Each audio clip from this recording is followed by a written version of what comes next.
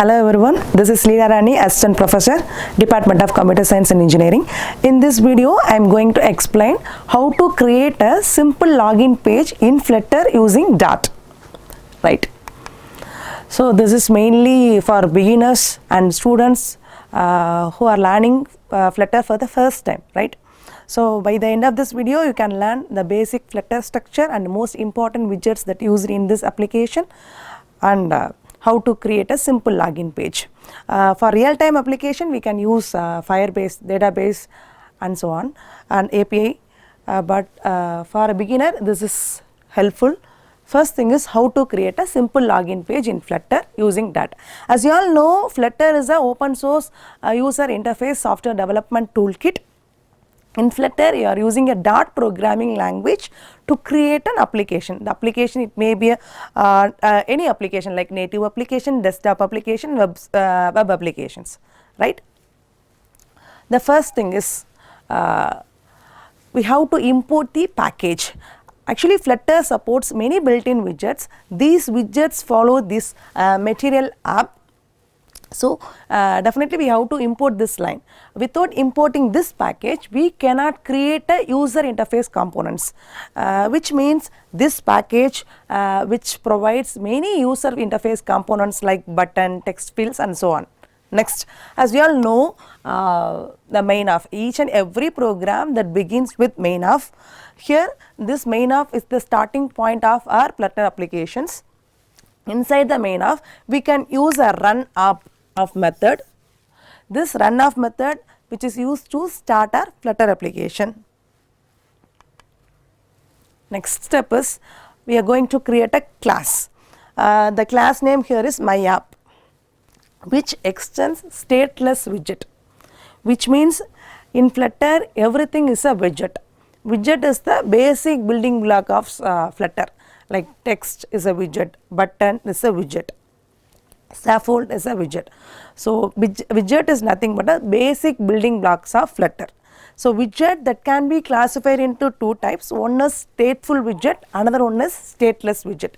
Here we are extending stateless widget, which means the user interface doesn't change. We can't change the user interface, it is static, right? So here we can create a class my app which extends a stateless widget.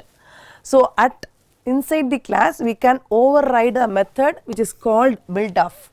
So we can override a method which is called a build of with which returns a material of widget. So it is the most important thing. What is material app? Actually, material app is the root widget of the Flutter application. We can say it is the root widget of Android application. So for iOS we can use Cupertino, right? Okay. So we can use a material app. Material app is the root widget of your Flutter application. So inside I am setting a home as login page of. So the meaning of login page of means login page of is the first screen of our Flutter application, right?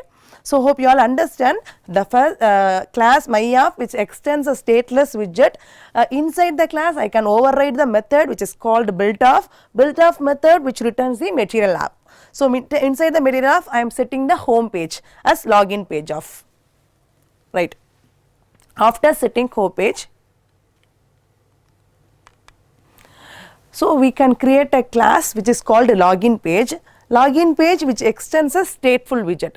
So as I already mentioned, widget that can be classified into two types. One is stateless, another one is stateful. So what is the meaning of stateful? Stateful is dynamic. We can change a data during runtime. So user interface can change. Stateless, user interface cannot be changed. Okay, right. So here the login page which extends a stateful widget. So inside the stateful we can create a state login page state of, and that we can get two inputs. For that we are using the text editing controller. So here we are using a two controller, one is for email, another one is for password. Yes, so one is for email, another one is for password. So in this creating login page, we can create a login page and then we can create a text editing controller to get the information from the user, right? For that we are using a two controller, one is for email and another one is for password. Next, so we have to focus of our layered structure. So in Flutter we can use a scaffold widget which provides the basic layout structure of our application. By the way, we can override the built of method which returns the scaffold widget. Okay, the scaffold widget which provides the basic layout structure. So it can provide like theme or navigations, and inside the scaffold we can use some other widgets like app bar, body, navigated button, elevated button, icon button, and so on, right. So here the scaffold is the widget which is used to provide the structure of our application. So inside the scaffold we can use an app bar. So what is the meaning of app bar? It is also another widget which used to display the title of our application. Here the title is login page, right. So whatever we can given inside the double quotes in text of widget, that is displayed on your user interface, right. So app bar which is used to show, or which is used to show the title of our applications, right. So shall know why you are using center means your application, that is your title, that will be displayed in the center of our application screen. That is why we are using center title as true. Next, yes, we can get the information from the user. What are all the information we can get? One is for email, another one is for password. For two inputs we can use a text field, right. So what is the meaning of padding here? Padding is nothing but it is one of the widgets that is used in Flutter, the padding which gives a space around the content, right. So for paging we can use padding, right. So inside the padding we can using a column widget. So we can use rows or columns. Actually column which is used to display our widgets vertically, row which is used to display our widgets horizontally. Here we can use column. So column which is used to display our widgets vertically, right.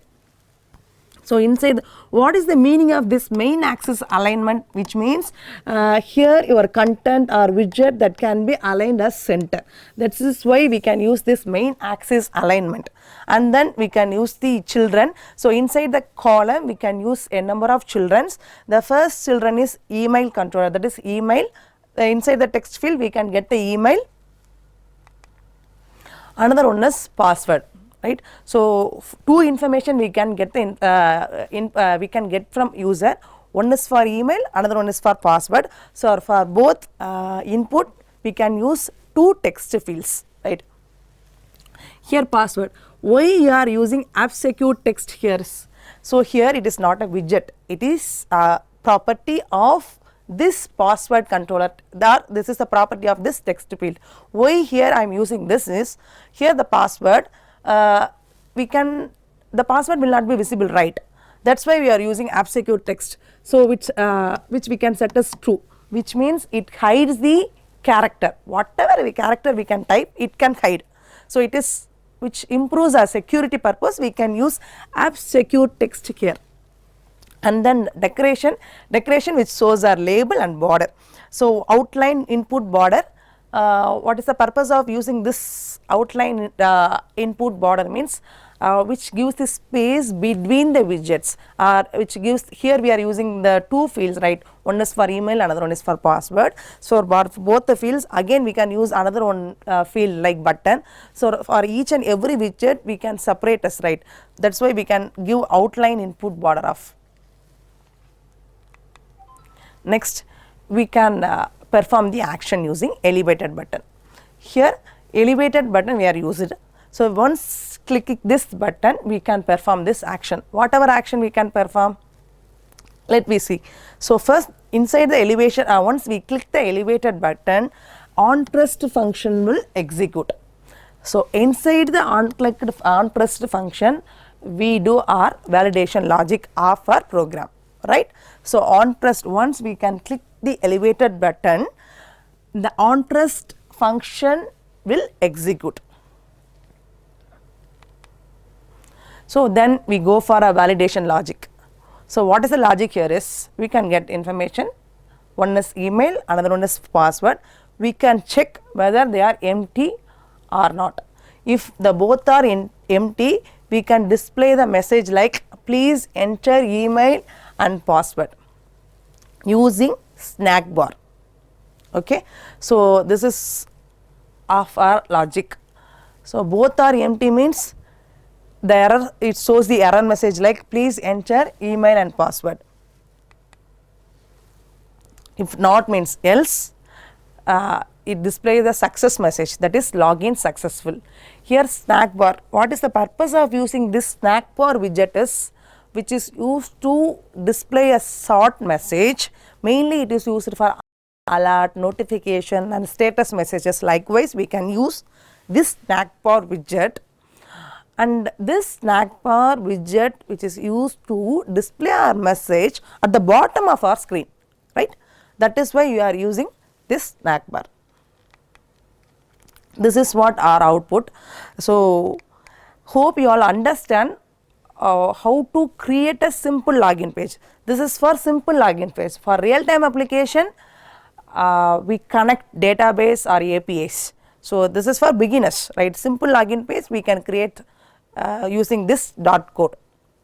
What are all the major widgets we can use? Material app, that is a root widget, scaffold, app bar, text, padding, snack bar. So, these are all the major widgets that we can use in this application, right.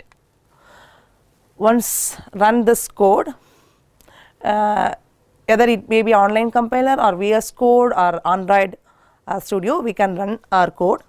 The output will be like this. So, login page, this is the title of our page. Using app bar we can display this, and text field, inside the text field we can get the information by using text editing controller, email and password. So, once the field is empty, it is the snack bar, using snack bar we can display the message like please enter proper email and password. If not, both the fields are, we fill both the fields, a display like login successful. Yes, thank you. Hope you all understand the concept of creating Flutter applications, right.